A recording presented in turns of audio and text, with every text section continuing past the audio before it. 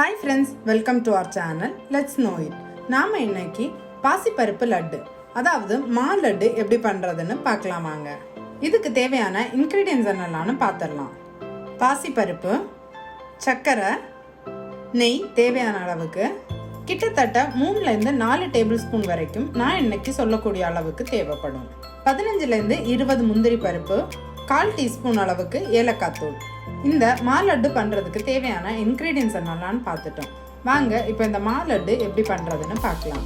ஒரு பேனை நல்லா ஹீட் பண்ணிட்டு அதுல நாம எடுத்து வச்சிருக்க பாசிப்பருப்பை சேர்த்து நல்லா ரோஸ்ட் பண்ணிக்கலாம். இது கூடவே நாம எடுத்து வச்சிருக்க முந்திரி பருப்பையும் சேர்த்து நல்லா ஒரு ட்ரை ரோஸ்ட் பண்ணி எடுத்துக்கலாம். 5ல இருந்து 10 நிமிஷம் வரைக்கும் ஸ்லோ ஃப்ளேம்லேயே வச்சு நல்லா ஒரு கோல்டன் கலர் வர்றது வரைக்கும் நல்லா வறுத்துக்கோங்க. இந்த அளவுக்கு கலர் வந்ததும் அடுப்பை ஆஃப் பண்ணிக்கோங்க. இந்த மிக்சர் நல்லா ஆறுனதுமே ஒரு மிக்ஸி ஜாரில் சேர்த்து நல்ல ஒரு ஃபைன் பவுடராக கிரைண்ட் பண்ணி எடுத்துக்கலாம். இது பண்ணுறதுக்கு தேவையான சுகரையும் மிக்சியில் சேர்த்து நல்லா பவுடர் பண்ணிவிட்டு ஒரு ஜல்லடையில் வச்சு நல்லா அரிச்சு எடுத்துக்கணும்.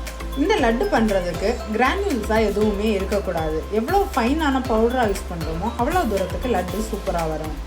நாம் இடியப்ப மாவெல்லாம் ஜலிக்கிறதுக்கு யூஸ் பண்ணுவோம் இல்லையா, ஒயர் மஷ், அதை யூஸ் பண்ணி இதுக்கு ஜலிச்சு எடுத்துக்கோங்க. அப்போ தான் பர்ஃபெக்டாக இருக்கும். நல்லா ஃபைனாக பொடி பண்ண சுகரில் 1 கப் அளவுக்கு சுகர் எடுத்திருக்கேன்.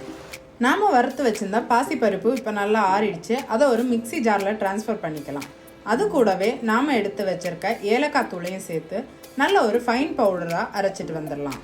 நான் இப்போது 1 கப் அளவுக்கு சுகர் எடுத்திருக்கேன் இல்லையா, அதனால ஃபைனாக பொடிச்சு எடுத்த பாசிப்பருப்பு மாவுலேருந்தும் 1 கப் அளவுக்கு எடுத்திருக்கேன். நான் இதை மிக்சியில் சேர்த்து நல்லா ஃபைனாக பவுடர் பண்ணிவிட்டு ஜல்லடையில் வச்சு ஜலிச்சு தான் எடுத்திருக்கேன். இந்த மாதிரி மெஷரிங் கப்பில் மெஷர் பண்ணிக்கலாம். இல்லை நீங்கள் ஏதாவது ஒரு டம்ளரில் கூட மெஷர் பண்ணிக்கலாம். நீங்கள் எதில் சுகர் மெஷர் பண்ணுறீங்களோ அதே அளவுக்கு பாசிப்பருப்பு மாவும் எடுத்துக்கணும். 1:1 ரேஷியோவில் எடுத்துக்கணும். இப்போது இது ரெண்டையும் கட்டி இல்லாத அளவுக்கு நல்லா கலந்து வச்சுக்கலாம். ஒரு ஸ்பூன் எடுத்து கலந்துக்கோங்க. இல்லைன்னா பெட்டர் ஐடியா கை வச்சு நல்லா உடச்சி விட்டு கலந்துக்கிட்டீங்கன்னா நல்லாவே மிக்ஸ் ஆகிக்கும். இப்போது ஒரு சின்ன பேன் எடுத்து ஹீட் பண்ணிவிட்டு அதில் நெய்யை சேர்த்து சூடு பண்ணிக்கலாம். நெய் பார்த்தீங்கன்னா இந்த அளவுக்கு கொதிக்கிற பதத்துக்கு சூடாகி வரணும். இப்போ அடுப்பை சிம் பண்ணிட்டு இந்த நெய்யில் கொஞ்சமாக அந்த மாவு கூட சேர்த்துக்கலாம்.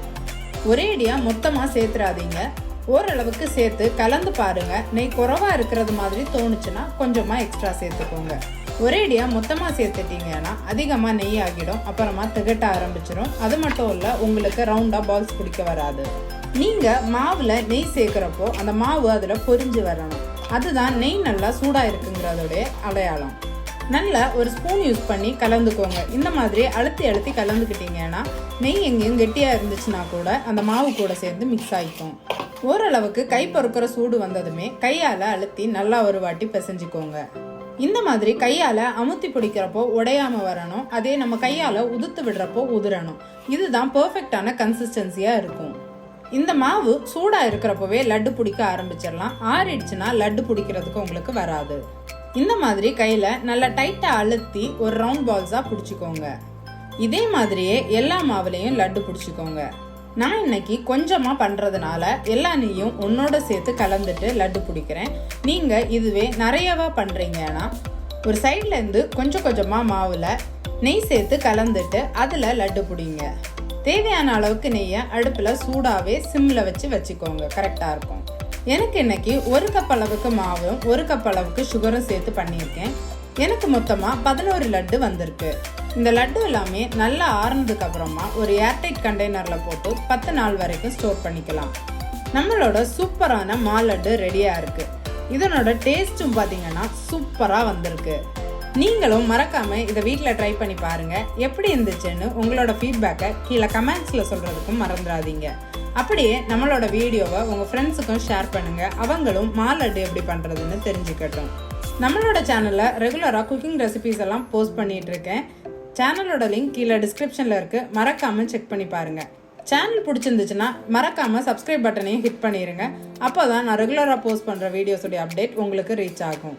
சீக்கிரமாகவே இன்னொரு இன்ட்ரெஸ்டிங்கான ரெசிபியோட உங்களை மீட் பண்ணுறேன். Bye friends, thank you.